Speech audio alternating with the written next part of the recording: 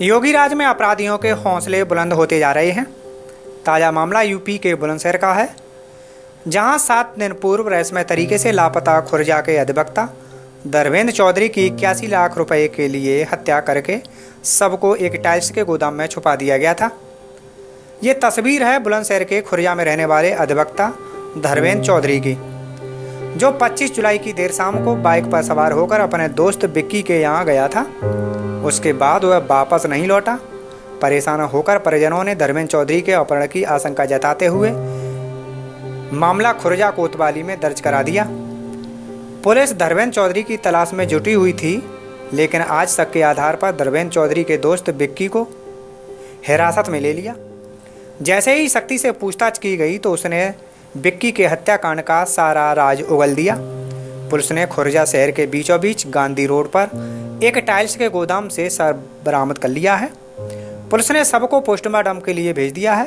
मृतक अधिवक्ता धर्मेंद्र चौधरी के परिजनों का आरोप है कि विक्की पर धर्मेंद्र चौधरी के 81 लाख रुपए थे। 81 लाख रुपए के लिए ही धर्मेंद्र की हत्या की गई है। फिलहाल पुलिस मामले की जांच में जुटी है। गजेंद्र सिंह नाम है मेरा। गजेंद्र, जो मृतक है वो कौन थे आपके? मेरे बड़े भाई थे, बिल्कुल सगे भाई मेरे बड़े। तो क्या हुआ था उनके साथ में? उनके कुछ नहीं हुआ। मेरे पास वहाँ से आए प्लांट में, विक्की भाई का जा रहा हूँ दावत खाने, सब्जी बनी आलू पनीर की। वहाँ से पहले इनको यहाँ मतलब क्या मारा क्या नहीं मारा, उनका पहले अपहरण करा गया।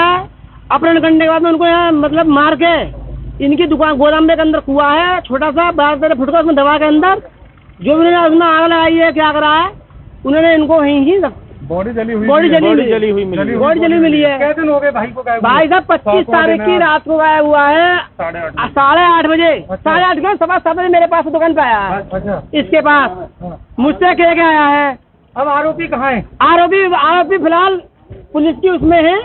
जो 3-4 दिन से था और वो न हट रहा था। आज मैंने उसके पैर छुए, मेरे भैया मेरे पास, मेरा तेरा भाई मेरे तेरे पास है तो तुम मुझसे जो भी पैसे चाहिए 10-20-50 हज़ार ले ले, जो तेरा इनका हिसाब है वो मैं तुझे छोड़ दूंगा और मुझसे पैसे ले ले, मैं मुझसे भीख मांग के लाऊं। क्या लगता है क्यों मर्डर किया गया उनका? मेरे भाई की मुझसे इसने पूछी कोई डायरी फारी मिली है? मतलब हाँ भाई डायरी मिली है। जब इसने मिल गई, मैंने झूठे कहा ना मिली, डायरी फारी कुछ नहीं मिली है। तो ये अपना वहाँ से मैं चोर ले गए डायरी को। तो ये 2 बजे मेरे पास से गुटखा खाकर रजनीगंधा हिलाता हुआ वहाँ चला आया। जब मैं घर पे पहुंचा मैं डायरी देखी अपनी, मुझे डायरी मैंने 1 बजे हिसाब जोड़ा, इस पर हिसाब बेटा 81 लाख रुपए का। अच्छा, भाई से 81 लाख रुपए ले रखे थे? भाई से नहीं 81 लाख रुपए।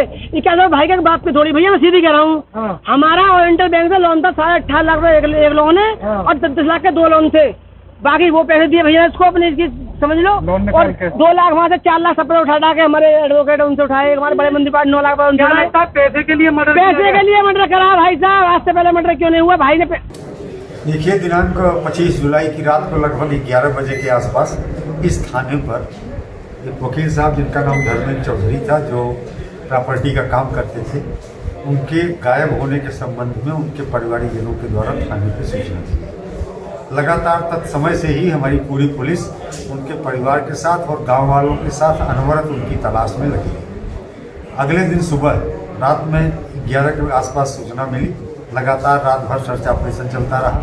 सुबह 6 बजे के आसपास उनकी मोटरसाइकिल यहाँ से लगभग 6 किलोमीटर दूर गांव में मिली, सड़क के किनारे गड्ढे में पड़ी हुई। और फिर हम लोगों ने जब उनके मोबाइल की लोकेशन ट्रेस की तो उनका मोबाइल भी उसी इलाके में रात में 8:52 पर बंद हुआ पाया गया।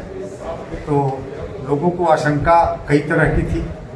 परिवार के लोग भी किसी पर शक नहीं जाहिर कर पा रहे थे, क्योंकि उस व्यक्ति का किसी के साथ कोई विवाद किसी प्रकार का नहीं था।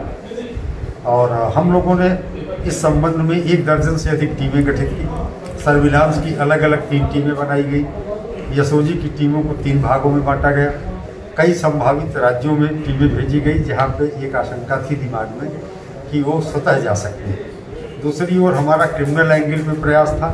तमाम सर्विलांस और तरीकों से जांच करने के बावजूद कहीं से भी कोई क्रिमिनल लिंक इस प्रकरण में मिल नहीं पा रहा था, क्योंकि जो भी स्थिति इनके मोबाइल की थी, जो रूट था और उस रूट पे आने जाने वाले जो लोग थे, उन सब के लगातार सर्विलांस में प्रयास के बावजूद कोई सफलता नहीं मिल पा रही।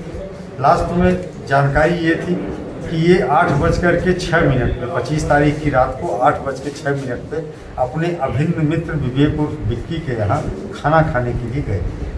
अक्सर ये लोग वहाँ पे पार्टी करते थे और वहाँ खाना खाने के उद्देश्य से गए थे। विक्की जो लगातार इन्हीं लोगों के साथ तलाश में पुलिस के साथ साथ चल रहा था, उसका ये कहना था कि वो जैसे ही पहुँचे हैं थोड़ी देर बाद एक फ़ोन आया है और हलो हलो कहते हुए बाहर निकले और बोले 5 मिनट में आ रहा हूँ।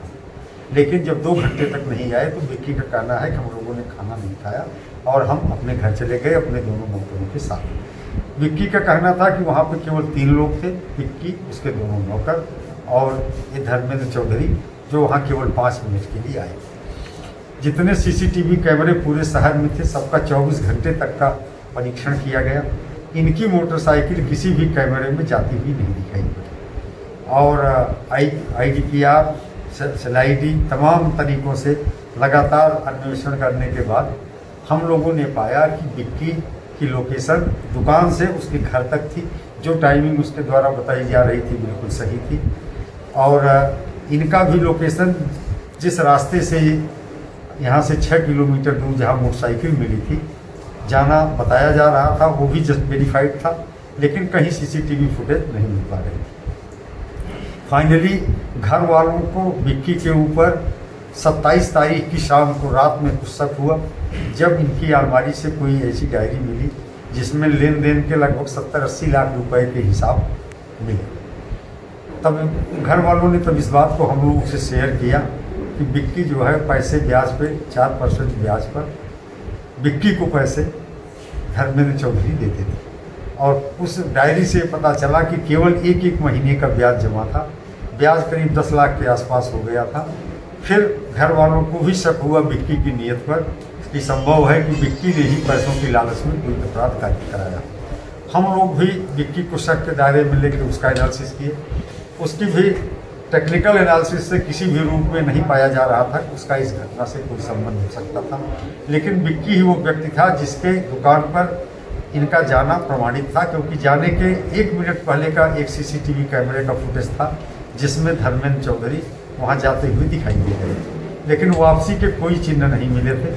फिर हम लोगों ने विक्की का लाई डिटेक्टर टेस्ट कराने का निर्णय लिया। दिल्ली की ट्रुथ लैब में उनको भेज करके वो तैयार भी हो गए, भेजा गया और वहाँ भेजने के बाद वो पलट गए और उन्होंने अपना लाई डिटेक्टर टेस्ट कराने में अपनी अस्वीकृति व्यक्त की, कहा कि मुझे ब्लड प्रेशर है, शुगर है। इसके बाद हम लोगों का संशय बढ़ गया उनके ऊपर और फिर आज रात में हमने एक सर्च अभियान उनके उस गोदाम का जहाँ खाना बना था, जहाँ खाना खाने के लिए गए थे, किया गया। लगातार 3 घंटे के अथक प्रयास के बाद उसी गोदाम के अंदर एक गड्ढा था जो सीमेंटेड था। उस गड्ढे के अंदर से हल्की हल्की बदबू आ रही थी। उस गड्ढे को खुदवाया गया, उसमें टाइल्स पड़ी हुई थी। टाइल्स जैसे जैसे हटती गई दुर्गंध बढ़ती गई। विश्वास हो गया कि यहाँ पे शव है। वीडियोग्राफी कराते हुए फील्ड यूनिट की मदद से शव को वहाँ से निकाला गया और इस तरह से अभियोग का। सर अभी कितने लोग इसमें गिरफ्तार किए गए? देखिए, तीनों जो हैं संदिग्ध, दोनों नौकर और विक्की पुलिस के हिरासत में हैं और हम उनसे पूछताछ करके इसको हम अमली जामा साक्ष्य। सर चूँकि हत्या जहाँ भी हुई शव को ठीक चौकी के पीछे ठिकाने लगाया गया था, ऐसे में चौकी और चौकी प्रभारी जहाँ भी पुलिसकर्मी वो तैनात थे, उनकी भूमिका किस तरीके से आप देख रहे हैं? देखिए, उनकी इस प्रकरण में कोई भूमिका नहीं है। अगर किसी का घर थाने के पीछे है और घर के अंदर कोई क्राइम करता है तो थाना इन्वॉल्व नहीं माना जा सकता है। ठीक वही स्थिति है, क्योंकि ऐसा नहीं था। इनकी उस व्यक्ति के साथ कोई रंजिश नहीं थी, बल्कि घनिष्ठ घरेलू संबंध थे और इन्होंने 70 लाख से अधिक रुपए उसके साथ लगा रखे थे। उसके यहाँ भोजन करने गए थे। अब ये तो कहीं न कहीं घर किसी का होता ही है, तो इसलिए उस चीज़ का इससे कोई संबंध नहीं।